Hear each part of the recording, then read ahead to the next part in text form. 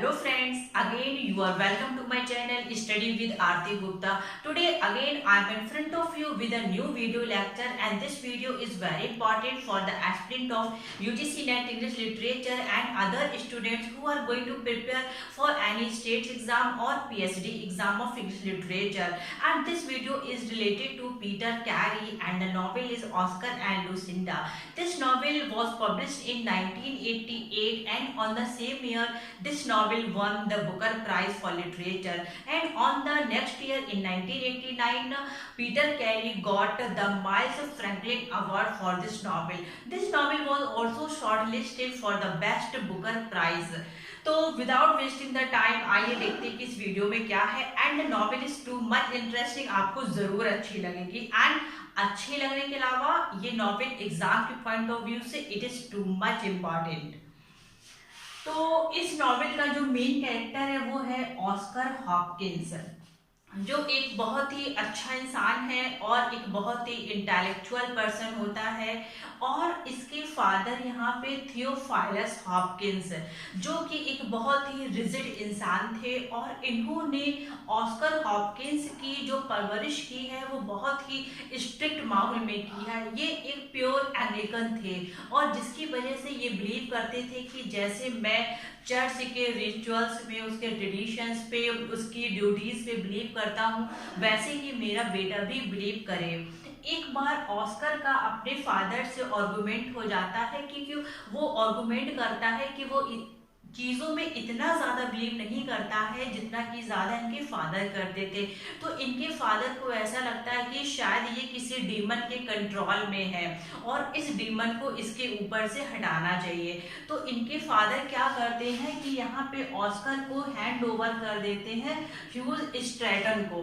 Huge Stratton यहाँ पे जो कि एंग्लिकन मिनिस्टर होते हैं, ये क्या करते हैं कि ये ऑस्कर को समझाते हैं और ऑस्कर को क्या करते हैं, ऑक्सफोर्ड भेज देते हैं, ऑक्सफोर्ड के बेलियल कॉलेज पे, क्योंकि वहाँ पे वो एंग्लिकन कस्टम्स, उसकी ड्यूटी को अच्छे से सीख सके।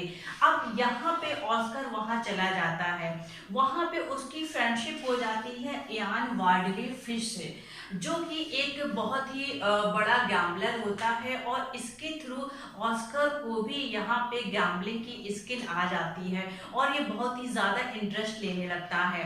जब इसके जो गैम्बलिंग की हैबिट्स है जब वो बहुत ज़्यादा बढ़ जाती है, तो जो बेलियल कॉलेज के जो मेंबर्स होते हैं उस चर्च के, वो लोग ये डिसाइड करते हैं कि अब हम लोगों को यहाँ से ऑस्कर को वापस ऑस्ट्रेलिया भेज देना चाहिए।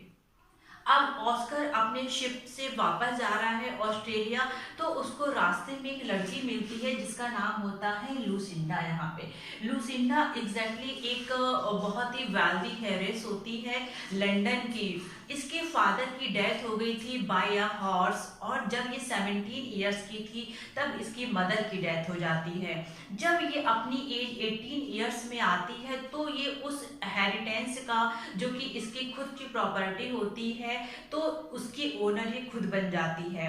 अब ये जो लुसिंडा है एग्जैक्टली ये ग्लास फैक्ट्री खरीदना चाहती है, अपना बिजनेस ग्लास फैक्ट्री में डेवलप करना चाहती है, जिसके लिए वो लंदन जा रही है क्योंकि वो मैन्युफैक्चरिंग कंपनी की रिसर्च करना चाहती है।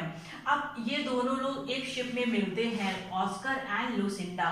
ये दोनों लोग एक दूसरे से बात करते हैं, तब थोड़ी देर बाद इन दोनों लोगों को ये पता चलता है कि they both are very interesting in gambling. ये दोनों क्या करते हैं, जाते हैं लुसिंडा के केबिन में और वहाँ दोनों गैम्बलिंग करते हैं, मतलब कि वो दोनों पोकर गेम खेलते हैं वहाँ पे। और पोकर गेम खेलने के बाद इन लोगों की जो फ्रेंडशिप होती है वो क्लोज हो जाती है। लुसिंडा इसको बताती है कि किस तरीके से वो ग्लास फैक्ट्री का बिजनेस करना चाहती है, लेकिन उसके पास जो मेन प्रॉब्लम थी उसके साथ वो ये प्रॉब्लम थी कि ये फीमेल थी और वो चाहती थी कि उसके स्टाफ में जो भी मेल कैंडिडेट होंगे वो इसकी बिल्कुल भी केयर नहीं करेंगे, इसके ऑर्डर को नहीं मानेंगे। तो ये चाहती थी इसको कोई एक ऐसा सपोर्ट, कोई ऐसा मेल कैंडिडेट मिल जाए जो कि इसके बिजनेस में पूरी तरीके से इसकी हेल्प कर पाए। यहाँ पे जो ऑस्कर होता है वो इसकी हेल्प करने के लिए तैयार हो जाता है।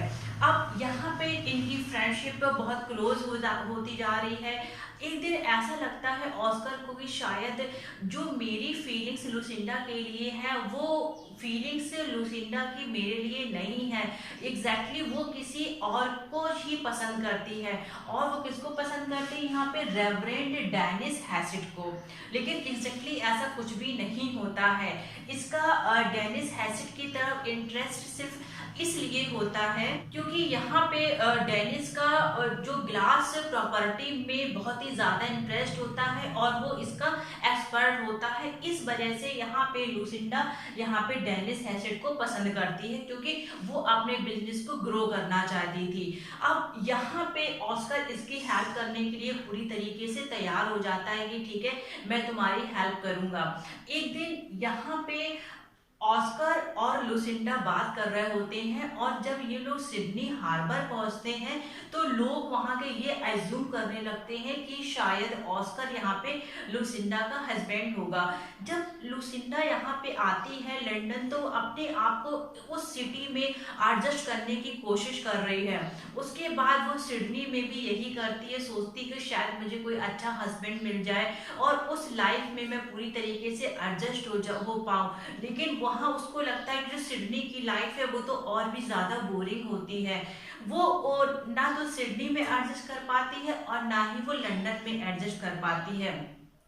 अब यहाँ पे वो ऑस्कर की कंपनी में उसको बहुत अच्छा लगने लगता है। ये दोनों लोग प्लानिंग करते हैं कि हम लोगों को किस तरीके से जो ग्लास मैन्युफैक्चरिंग फैक्ट्री है उसको किस हिसाब से डेवलप करना चाहिए। अब यहाँ पे जो इनका रिलेशन होता है वो बियॉन्ड द फ्रेंडशिप चला जाता है। और उसके बाद यहाँ पे जो लुसिंडा होती है वो एक शर्त रखती है, एक बेट लगाती है ऑस्कर के साथ। वो बेट एग्जैक्टली क्या होती है कि वो एक ग्लास का चर्च बनाएगी और उसे उस चर्च को डिलीवर करना है किसके पास? रेवरेंड डेनिस हैसिड के पास। यहाँ पे जो रेवरेंड डेनिस हैसिड होता है उसके बिशप ने उसको यहाँ से भेज दिया है और वो यहाँ से जा चुका है। अब यहाँ पे जो ऑस्कर है उसकी ये शर्त एक्सेप्ट कर लेता है कि ठीक है, मैं तुम्हारा ये ग्लास का चर्च ट्रांसपोर्ट करके ले जाऊंगा और मैं कहाँ पे सिचुएट कर दूंगा? जहाँ पे रेवरेंड डेनिस हैसिड रहता है, मैं उसको तुम्हारा ये गिफ्ट दे दूंगा जाके। और यहाँ पे जो ऑस्कर होता है उसको ये लगता है कि शायद जो ग्लास का ये चर्च है ये as a symbol of love है। किसकी तरफ से? लुसिंडा की तरफ से। किसके लिए? डेनिस हैसिड के लिए। बट एग्जैक्टली यहाँ पे लुसिंडा का पर्पस कुछ और होता है। उसका पर्पस ये था कि वो जो ग्लास फैक्ट्री डेवलप करेगी और उसमें जो भी बिल्डिंग्स वो मैन्युफैक्चर करेगी उसका वो एडवर्टीजमेंट कैसे करे। जब लोग इसको देखेंगे इस चर्च को, ग्लास के चर्च को, तो उसको पसंद करेंगे और इसको मुझसे खरीदेंगे भी। यहाँ पे ऑस्कर इसके इस चैलेंज को एक्सेप्ट कर लेता है कि मैं इस ग्लास के चर्च को मैं ट्रांसपोर्ट कर दूंगा, मैं खुद ही इसको लेकर जाऊंगा। जब यहाँ पे ऑस्कर इस ग्लास की बिल्डिंग को लेके जाता है तो वो शिप में होता है। तो पहले तो सब कुछ ठीक चल रहा होता है, लेकिन जो शिप का लीडर होता है वो एट लास्ट मना कर देता है कि अभी वो सीधे रास्ते से ना जाकर वो कैसे चक्कर खा के जाएगा, जिसकी वजह से यहाँ पे ऑस्कर को बहुत ही ज्यादा प्रॉब्लम होने वाली थी। यहाँ पे ऑस्कर का उस सेलर के साथ, उस लीडर के साथ आर्गुमेंट भी होता है, लेकिन यहाँ पे ऑस्कर के पास कोई भी ऑप्शन नहीं था क्योंकि उसके पास कोई रास्ता ही नहीं था दूसरा जाने का। तो वो सोचता है कि चलो ठीक है, कोई बात नहीं, मैं जो जिस रास्ते से ये जा रहे हैं, अब चाहे ये चक्कर काट के जाए या सीधे जाए, चाहे शॉर्ट से जाए चाहे लॉन्ग रास्ते से जाए, मुझे तो उसके पास जाना ही पड़ेगा। तो उसके साथ जाने के लिए तैयार हो जाता है। रास्ते में ही जो डिस्टेंस थी वो बहुत ज्यादा लंबी हो जाती है, जिसकी वजह से यहाँ पे ऑस्कर बहुत ही ज्यादा बीमार पड़ जाता है। और ऑस्कर इतना ज्यादा बीमार पड़ जाता है कि वो अपने आप से ना तो उठ पाता है ना बैठ पाता है, उसकी कंडीशन बहुत ही ज्यादा खराब हो जाती है। उसी टाइम पे उस शिप में एक लोकल वुमेन भी होती है जो कि क्या करती है कि ऑस्कर हॉपकिंस को अग्री कर लेती है शादी करने के लिए, और यहाँ पे ये ऑस्कर से शादी कर कर लेती है। लेकिन आफ्टर सम टाइम ये पता चलता है कि ऑस्कर का जो शिप है वो शिप डूब जाता है और ऑस्कर भी डूब जाता है और ऑस्कर की डेथ हो जाती है। यहाँ पे एग्जैक्टली ऑस्कर की डेथ का पता चलता है, लेकिन एग्जैक्टली उसके शिप के साथ क्या हुआ, वो लोग बचे नहीं बचे, एग्जैक्टली क्या हुआ वो पता नहीं चल पाता है। लेकिन लास्ट में ऑस्कर की डेथ हो जाती है डूबने की वजह से। और इसकी जो अभी न्यू वाइफ होती है, जिससे वो लोकल मैन जिससे इसने अभी अभी शादी की है, वो क्या करती है, वो लास्ट में लुसिंडा को क्लेम करती है और यहाँ पे ये नॉवेल यहाँ पे खत्म हो जाती है। आई एम श्योर कि आपको ये नॉवेल बहुत अच्छे से समझ में आई होगी।